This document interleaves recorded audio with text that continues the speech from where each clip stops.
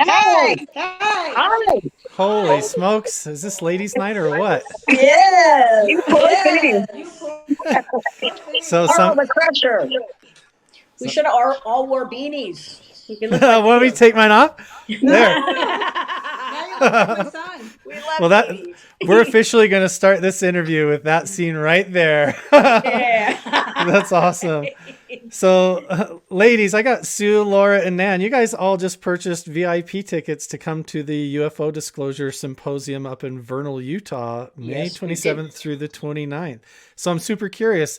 Everybody who's interested in the UFO topic, a lot of people have had their own experiences. Have you guys seen a UFO, or what makes you all so interested in it for Ladies' Night here tonight on our show that we're having? I've never had a UFO experience, but I know that we're not alone here, and I believe. Um, I'm so curious and so excited about so many people that has so many experiences going to be together in the same room. It's just freaking amazing. I love it. It is. It's all come Carl, together so fast too. Yeah. Yes. Carl, when I was really young, I think I was 8 years old, and I have a twin sister, and we were in Roswell, and we were asleep, and all of a sudden the room lit up, and I looked over at my sister, and she was totally asleep, and moving in the room, and I looked outside, and it was just so bright. And I remember running in and telling my mom, and she goes, "Oh, you were just dreaming." And I said, "No, I'm not dreaming. I'm not dreaming." And I felt then that there's something out there, and Jan never woke up, and I was the only one awake, and it lasted for, a while. And I looked out, and it was bright lights, and ever since then, I've been excited, and all of the experts that are going to be there, I'm so excited. She failed to tell you the part about her father being in the Air Force in Roswell at that time. Oh, really? Yes. Yeah, we could never, ever get a straight answer from my dad, and he's passed. He's been 3 or 4 years now, but yeah, he was a aerospace engineer, but he was in the Air Force before that, and then he was aerospace. And we moved from Lancaster to Roswell to Albuquerque, New Mexico, and it just seems like we were following, now that I'm older, a lot of UFO areas. But he denied everything.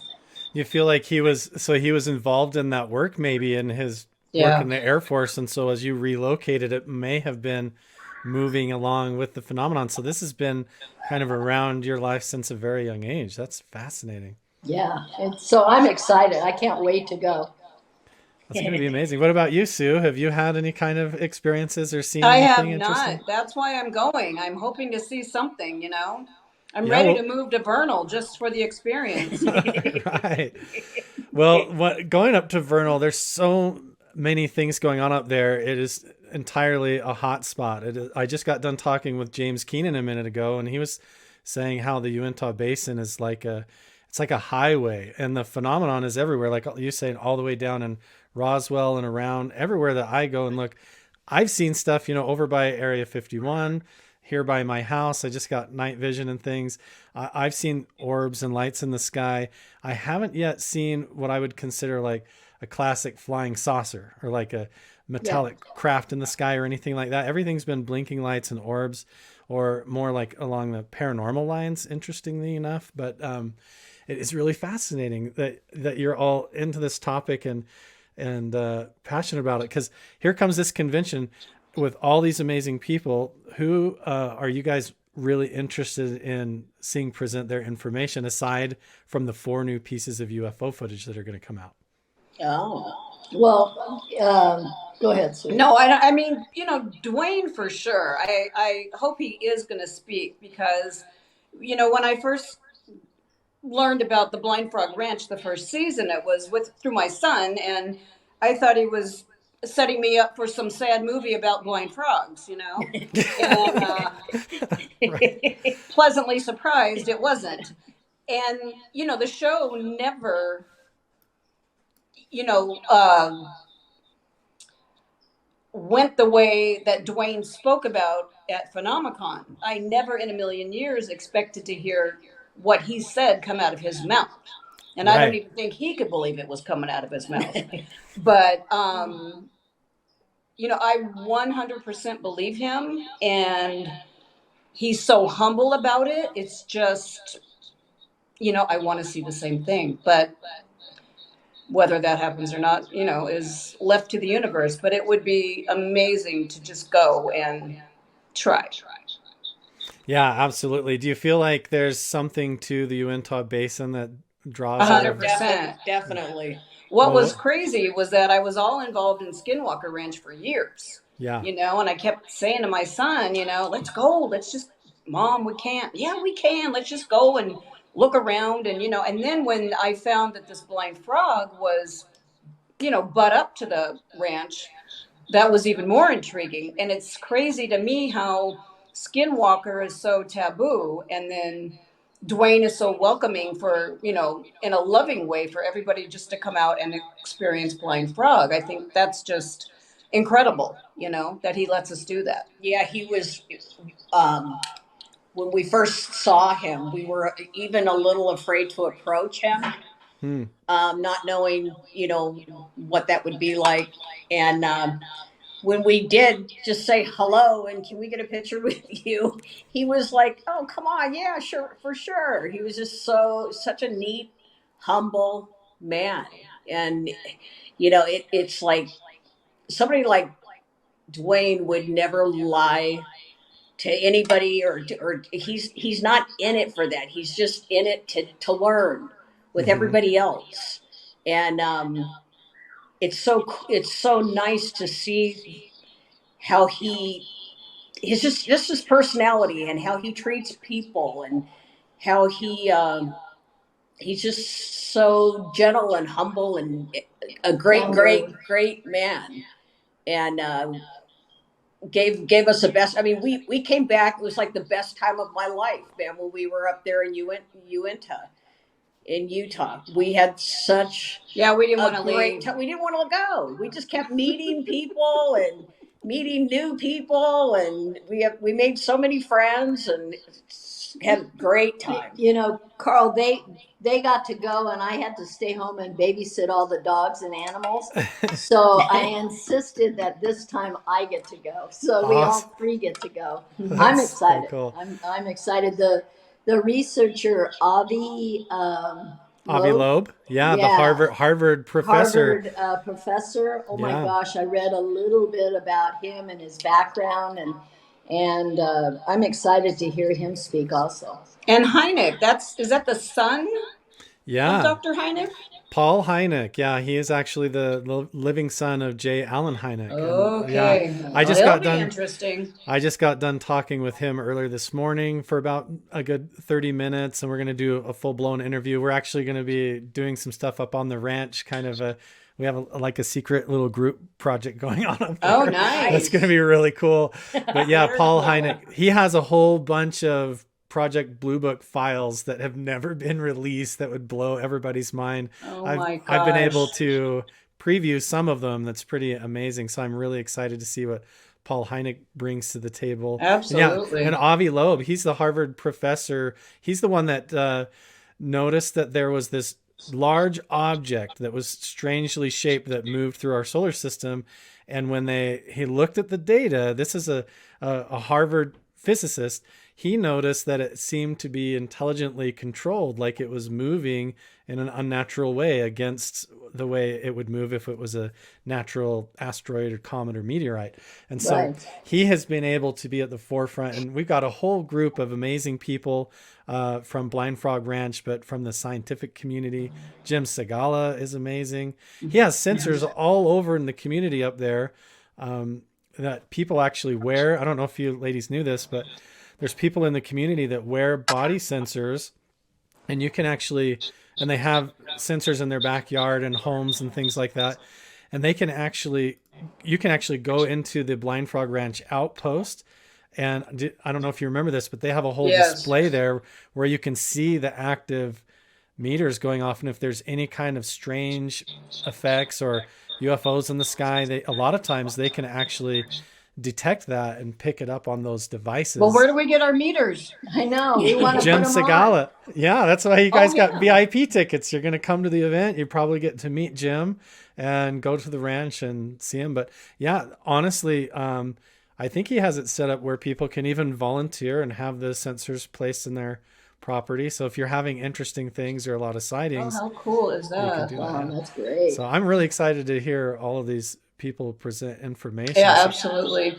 I mean, we don't need a PhD, do we? Sorry, what's that? We don't need a PhD to go. It's like, no, I don't have any schooling like these people. You just have to be up for fun and a curious mind, and that's all I'm doing too. Oh, that's definitely us. For sure. We're ready. Are you ladies going to be doing anything around the convention, like anything fun in the neighborhood or the community? Because there's a ton of really cool places to go and stuff to go see, like the petroglyphs up in McConkey Canyon, and up north in those canyons, even east of Blindfrogranch, there's tons of UFO sightings up there. I'm just curious if you guys have any other fun plans in the neighborhood. No, but you're giving us a lot of ideas. Yeah. We missed the petroglyphs last time. Yeah. We didn't have, there were so many little events going on that we missed the wrap party because we were swimming in the pond at Blind Frog. Oh, right. Yeah, that's true. Right. I remember that. Yeah. I almost missed the tour up at Blind Frog. I almost got in the wrong area in the wrong bus. And then I was like, and then I realized I had to, and then I finally made it, but that was so much fun going. Oh my gosh. Remember it poured rain right before that? Yeah. It poured. And then, we still went out there. And the drive, people don't understand when you get up there on the ranch how, like, when you're watching on TV, you don't really get a sense of like how crazy the terrain is up there. And that's what blew my mind. I was like, there could be stuff hidden all over, caves and pockets and lava tubes. It was pretty mind blowing. It's just amazing, man. I thought that last show I thought Dwayne was gonna leave us. It's like, what? Coming up out of the bucket. Yes. Oh, what the hell was that? I guess I'm coming early, Lord. No. I know, right? No. Get down in there with those toxic gases. I mean, who knows what's underground up there? That's what people need to realize, is that the convention's going on up there, and it's not only just this amazing group of people that are going to be coming and presenting and everything, but the whole area is a hot spot of stuff going on. And so that's part of the reason why we picked the area and want to do it up there. It's so related to the phenomenon. And one of the big things is that there's 4 new pieces of UFO footage coming out. Now, I've seen a couple of the pieces of footage, and it's pretty amazing. The other footage. I can't watch that Tic Tac anymore. Right. The other piece of footage that I haven't even got to see yet is supposed to be the best one. And also, I mean, I can't even say anything more, but I will say that the footage that's going to be released is not only excellent, but it's a lot longer. It really makes you wonder. Nuts. That's crazy. That's scary, Carl. I'm going to kill her. Remember that thing that was in the ground? Was that a joke? In Utah, the big pillar? I don't know. It seems like when they finally came down to it, the story was that it was like an artist that was doing some kind of a project, but there was some skeptics about that seemed almost like a cover story. It seemed some people went out there and they found the monolith thing in the East Utah desert out there, and they claimed that they tipped it over and it was just like sheet metal wrapped around plywood and somebody had put it out there. But something had perfectly cut a triangular shape into the sandstone to stand it up in. And when you go back on Google Earth, way back into the archives, it seems like it's been there for years before it was seen. So really, the artist that takes credit for it doesn't really make sense to line up with what happened there. And then right after it vanished, and who knows if it was like taken and a fake one was put up, or if it was something real and then it was taken and something fake put in, or if it was an art project.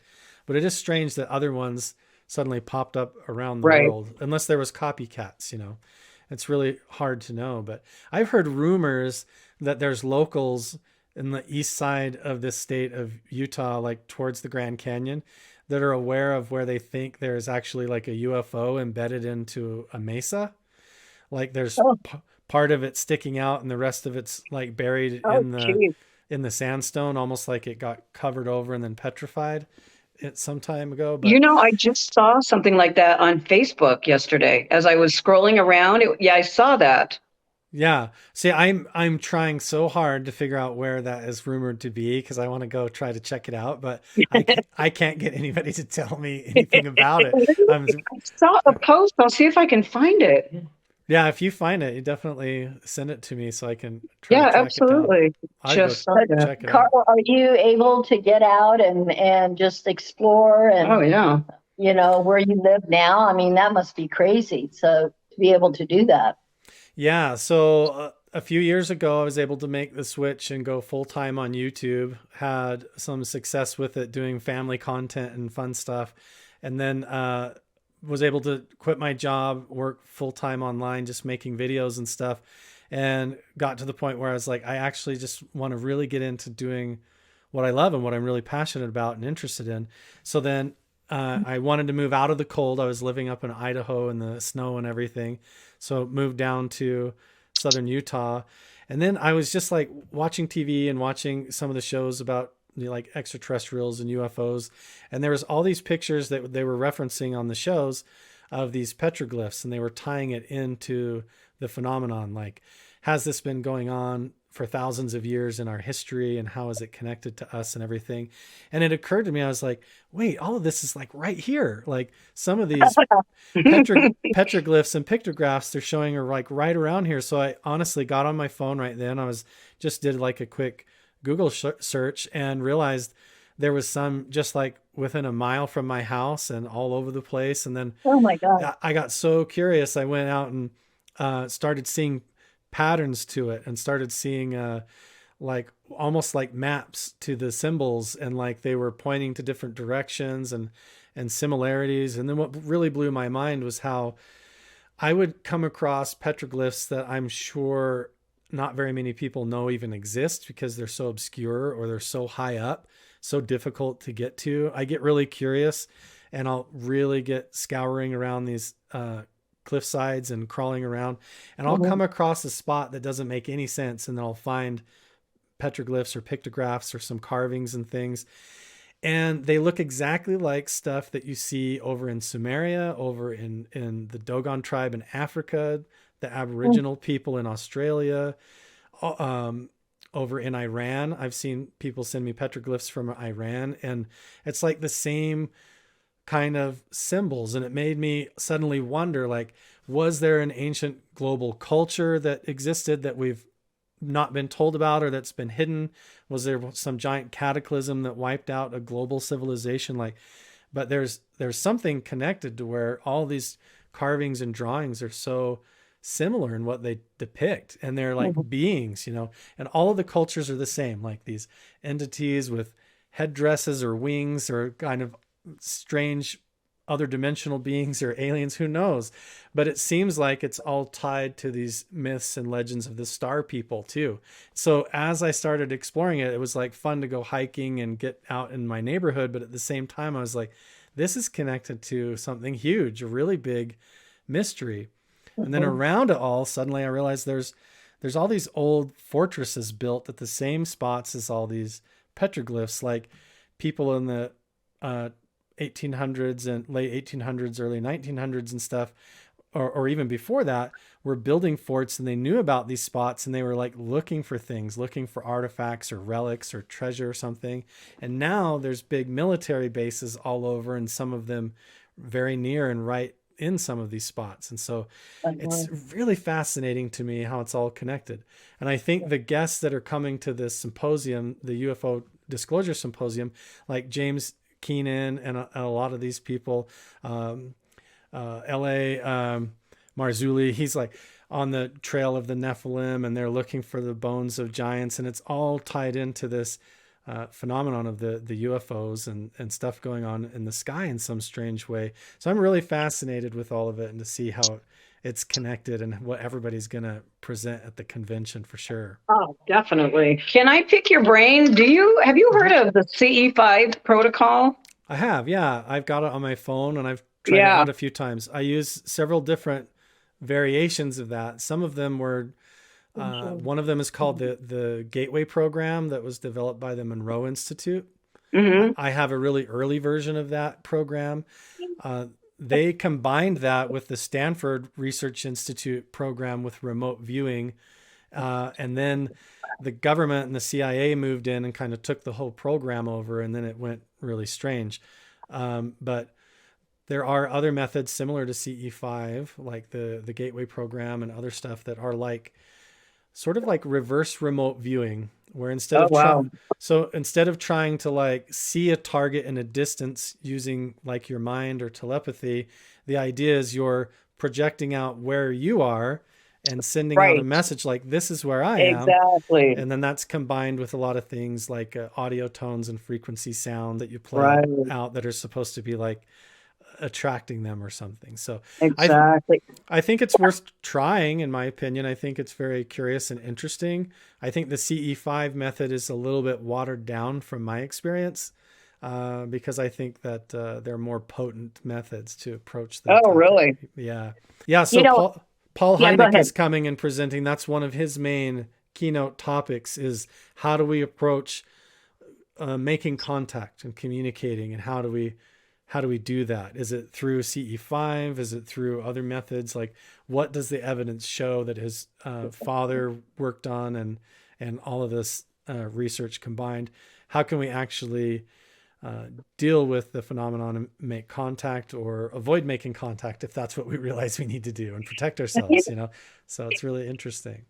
It's, like the CE5 that I was looking at was with Dr. Greer, and it seems like there's so many steps. You got to quiet your mind. You got to get into this meditate. Lord, I don't have the smarts for that.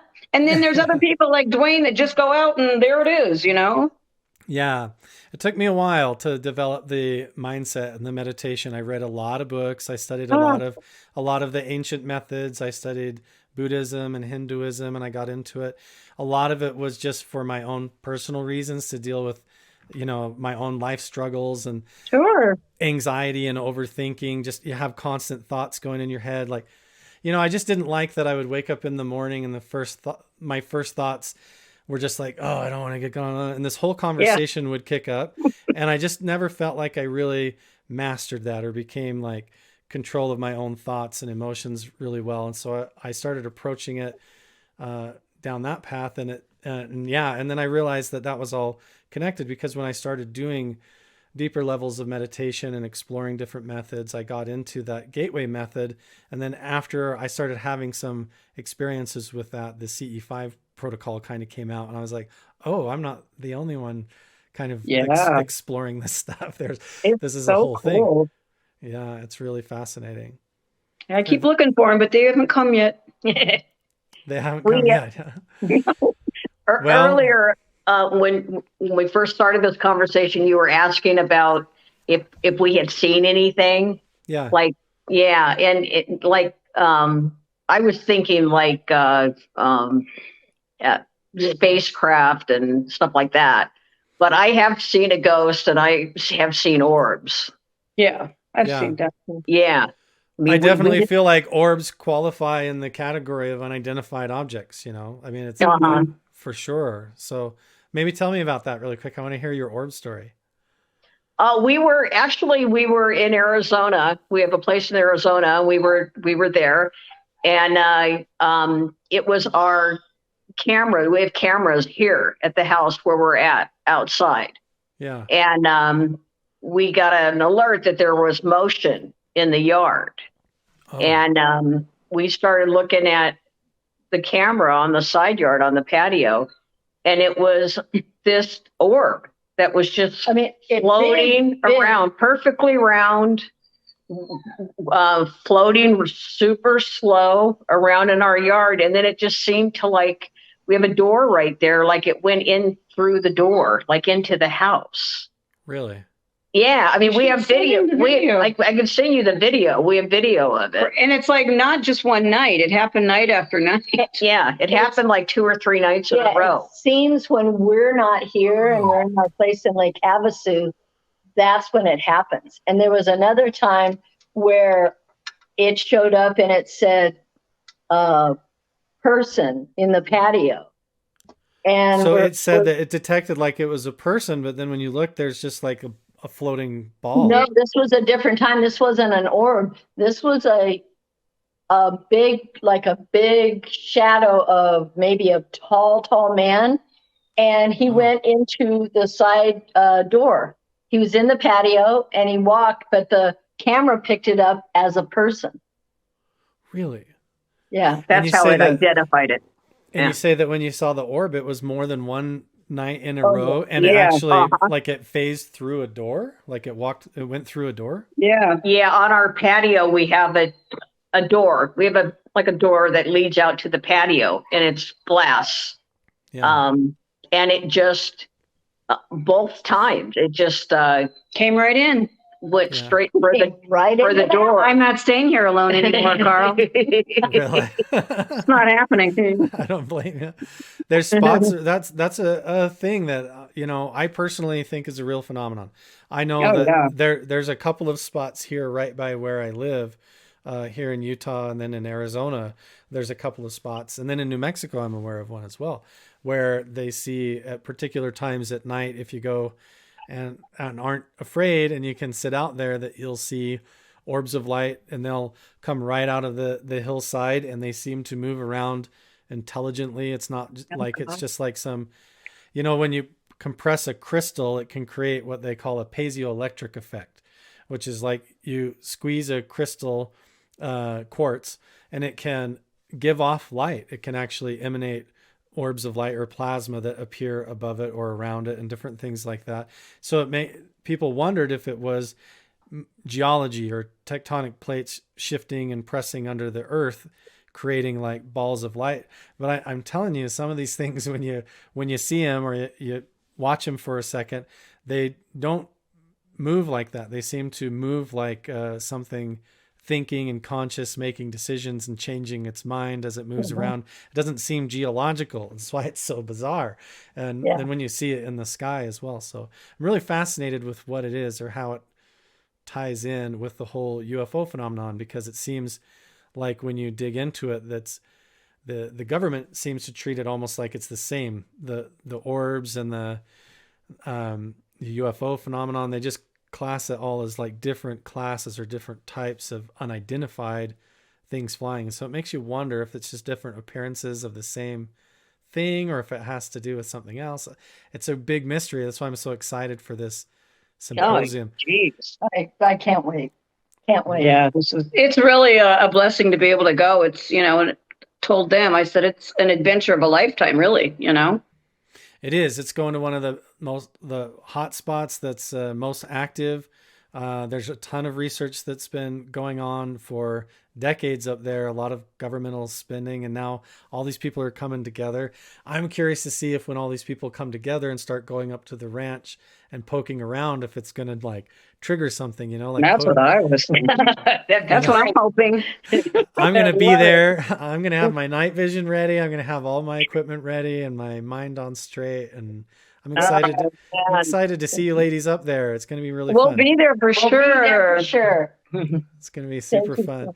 You guys, thanks so much for hanging out with me on the call tonight, and this video chat. It was super fun getting to know you ladies. And you as well. Yeah, you too, Carl. We can't wait to see you, Carl. We'll see you up there at the symposium. And for those of you that are watching this at home, make sure to get your tickets too, so that you can come and hang out with all of us, make some friends, and experience this for yourself. Don't miss it. Don't miss it. Come on. Thank you so much, Carl. Thanks, Carl. Take care. You too. Bye-bye.